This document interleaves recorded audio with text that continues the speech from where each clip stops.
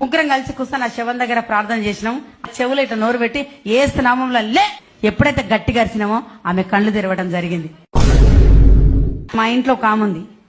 ఆమెకు ప్రార్థన చేస్తే ఆమె కడుపులోకి వెళ్ళి 680 రాళ్లు బయటికి రావడం జరిగింది. ఒక్కొక్క రాయి ఇంత పెద్ద రాళ్ళు.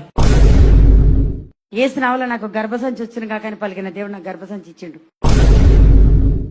ఏసు నామములో నాకు 2 మనవలు పుడుదురు గాక దేవుడు అట్లనే ఇచ్చిండు. నా ఏటీఎంలో 270 రూపాయలు మాత్రం ఉన్నాయి.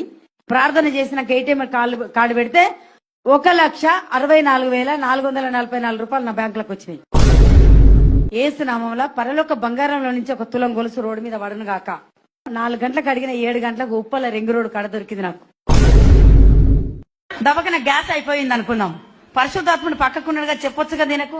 పరిశుద్ధాత్ముడా గ్యాస్ అయిపోయింది నాయన అంటే గ్యాస్ అని మన ఇంటి ముందర తీసుకొచ్చి పెడతాడు ఆయన.